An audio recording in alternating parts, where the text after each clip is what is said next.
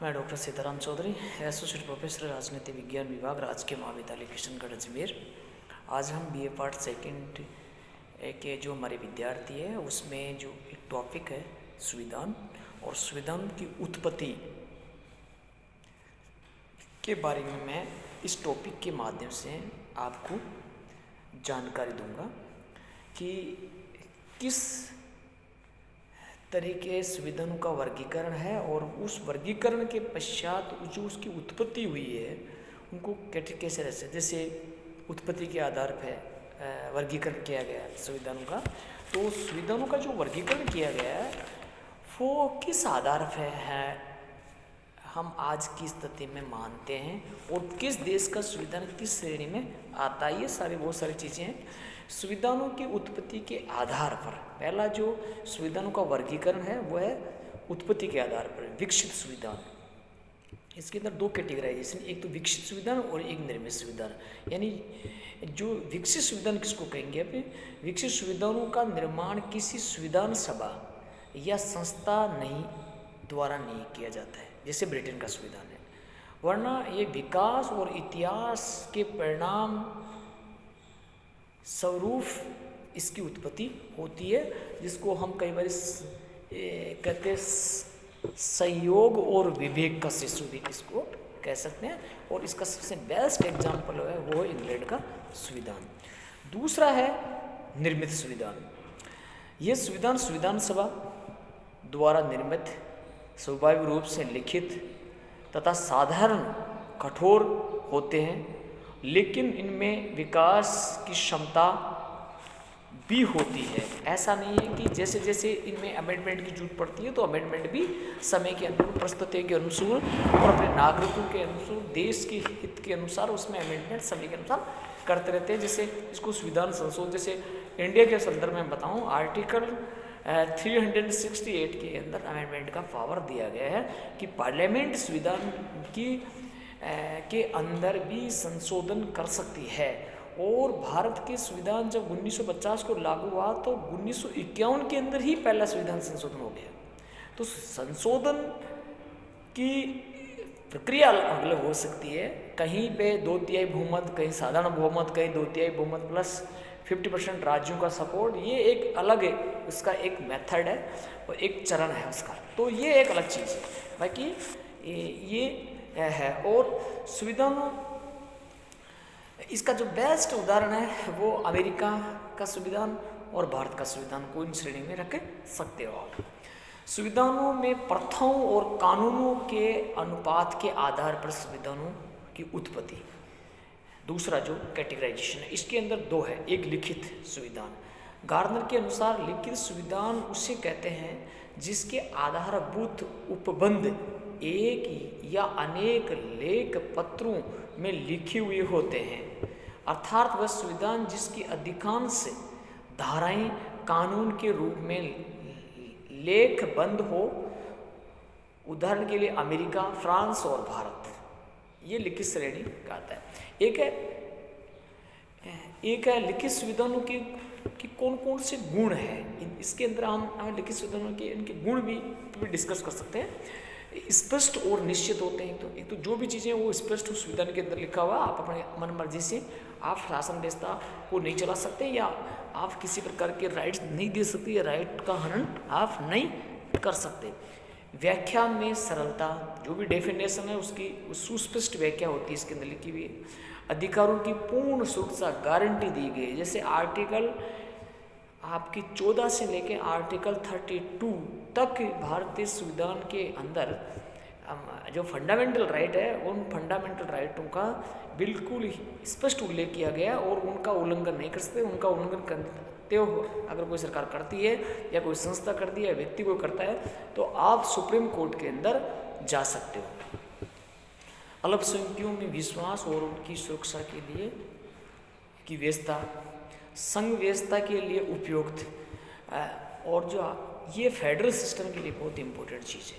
आपके जैसे भारत के अंदर 29 राज्य, अमेरिका के अंदर 50 राज्य है, तो इन राज्यों में जो शक्तियों का जो बंटवारा है वो संविधान द्वारा स्पष्ट कर दिया गया है। जैसे भारत के संदर्भ में अगर बात करें अपन, तो भारत में जो 4 प्रकार के जो सूचियाँ हैं, जिसको हम संसूची कहते हैं, राज्य सूची कहते हैं, संवर्ती सूची कहते हैं, अवशिष्ट शक्तियाँ कहते हैं, ये बिल्कुल संविधान द्वारा इनको पावर को सेंट्रलाइजेशन किया गया कि ये पावर सेंट्रल गवर्नमेंट के पास रहेगा, ये पावर स्टेट गवर्नमेंट के पास रहेगा, ये स्टेट और सेंटर के पास रहेगा, और दोनों के बीच में अगर कोई गतिरोध उत्पन्न हो जाता है तो लास्ट के अंदर सेंटर का पावर ही ज़्यादा।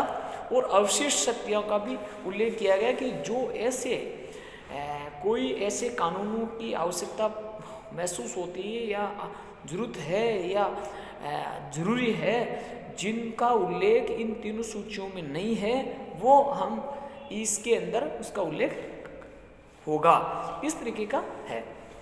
लिखित संविधानों के कुछ दोष भी हैं, जिसको हम रिटन कॉन्स्टिट्यूशन के की आलोचना के रूप में भी देख सकते हैं। राष्ट्र के साथ विकसित नहीं होता है। यानी जिस तरीके से हमारी जो नई जनरेशन, नई डिमांड, नई राष्ट्र के अनुकूल कई परिस्थितियाँ ऐसी क्रिएट होती है कि उसके अनुसार संविधान फास्ट तरीके से नहीं चलता है। आज मान लो 50 साल पहले मोबाइल नहीं था, आज जो क्राइम हो रहा है हमारे सामने, या बहुत सारे राइट्स पहले नहीं था, आज जैसे हम राइट टू लाइफ की बात कर रहे हैं, हम राइट टू एजुकेशन की बात कर रहे हैं, हम राइट टू वर्क की बात कर रहे हैं। तो उस समय जब देश आज़ाद हुआ था उस समय ये चीज़ें नहीं थी, तो ये उसके अनुसार एक नहीं चलता है। देश के विकास में बाधक जिस तरीके से फास्ट तरीके से हम विकास करना चाहते हैं, उस फास्ट गति से हमारा संविधान हमारे अनुकूल नहीं है, तो हमारे लिए ये रुकावट भी पैदा करने का कार्य करता है।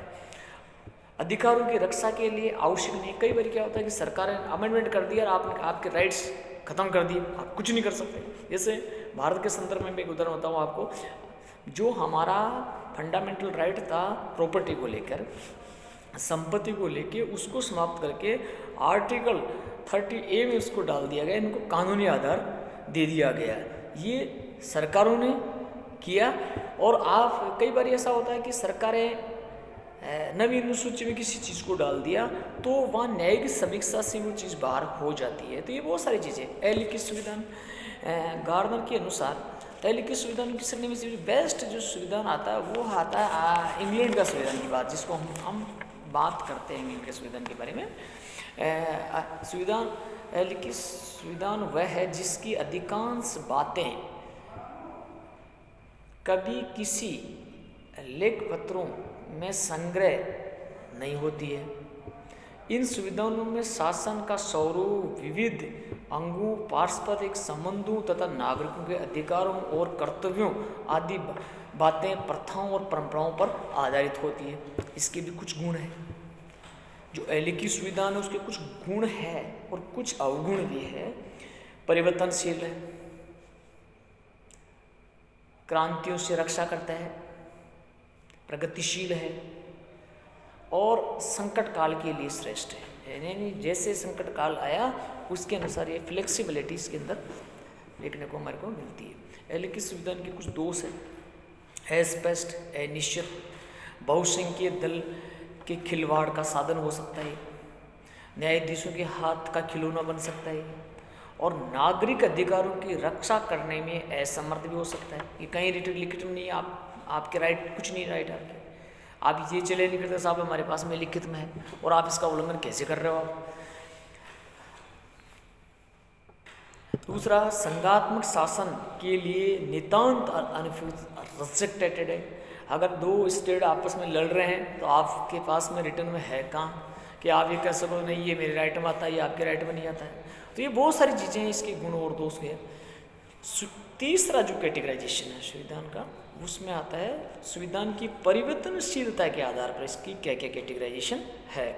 लचीला संविधान, ये वह संविधान है जिसमें संवैधानिक कानूनों, साधारण कानूनों में संशोधन की प्रक्रिया में कोई ज़्यादा भेदभाव नहीं होता है। यानी आप जो भी संशोधन करना चाहते हैं वो साधारण बहुमत से आप अमेंडमेंट उसमें कर सकते हैं। डॉक्टर गार्नर के अनुसार लचीला संविधान वह है जिसकी साधारण कानून से अधिक शक्ति एवं सत्ता नहीं है और जो साधारण कानून की भांति ही बदला जा सकता है, चाहे वह एक प्रलेख या अधिकांश परंपराओं के रूप में हो। उदाहरण के लिए इंग्लैंड का संविधान। अब जो लचीला संविधान है, जिसको हम सॉफ्ट कॉन्स्टिट्यूशन बोलते हैं, उसके कुछ गुण हैं। राजनीतिक प्रगतिशील के अनुकूल है, क्रांति की संभावना नहीं होती इसके अंदर, राजनीतिक जीवन का सच्चा प्रतिबिंब है, ये संकट काल के लिए उपयुक्त है और परिवर्तनशीलता है। ये इसके गुण हैं।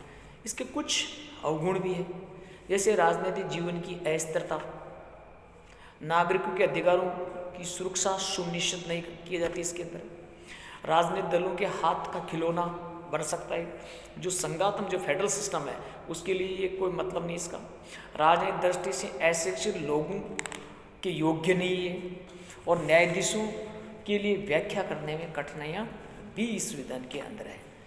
इसके अंदर दूसरा जो है वो कठोर संविधान।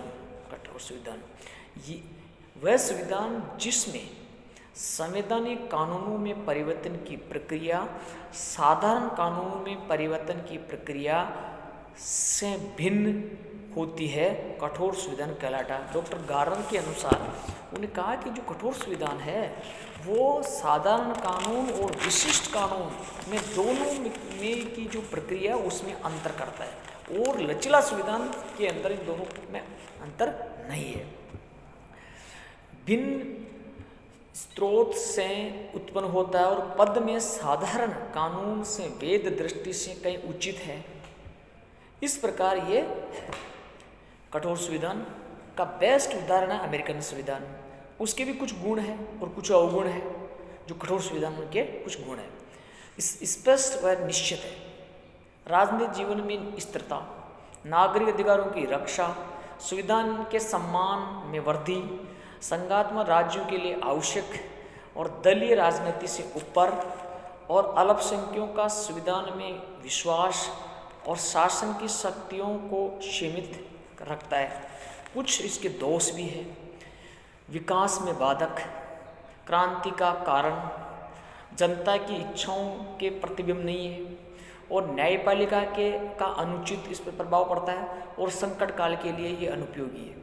ये सारे के सारे इसके अवगुण हैं।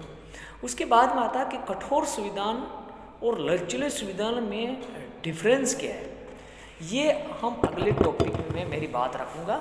ये मैंने जो संविधानों की जो उत्पत्ति हुई है, जिसको हम संविधानों का विकास कह सकते हैं, उसके आधार पर मैंने ये 3 कैटेगराइजेशन किया। 3 कैटेगराइजेशन के अंदर 2 कैटेगराइजेशन है। जैसे उत्पत्ति के आधार पर, परंपराओं और प्रथाओं के आधार पर संविधानों का वर्गीकरण और लचीलापन और कठोरता के आधार पर संविधानों का वर्गीकरण। ये मैंने मेरी बात इस वीडियो के माध्यम से मैंने रखी है। ये हमारे विद्यार्थियों के लिए लाभदायक होगा और हर नागरिक को भी ये पता होना चाहिए कि हम जिस देश में निवास कर रहे हैं, हमारा देश का संविधान किस श्रेणी का संविधान श्रेणी में आता है, कि हमारा देश का संविधान लिखित है या अलिखित है, हमारा देश का संविधान परिवर्तनशीलता के अनुकूल है या कठोरता की जकड़न में जकड़ा हुआ है, या हमारा संविधान निर्मित है या लिखित है या अलिखित है। ये हमारे को पता होना चाहिए। और मैं मेरे जो सेकेंडरी के मेरे जो विद्यार्थी है, मेरे विद्यार्थियों से मैं विनम्र मेरा निवेदन है कि वो YouTube पे जाके इन वीडियो को देखे, इन पे क्वेश्चन करे और किसी भी माध्यम से अगर कोई किसी को कोई क्वेश्चन पूछना है तो डॉक्टर सीताराम चौधरी के वीडियो YouTube चैनल पे आप जाके और वहाँ से भी आप हमारे से डायरेक्ट कनेक्ट हो सकते हो। धन्यवाद।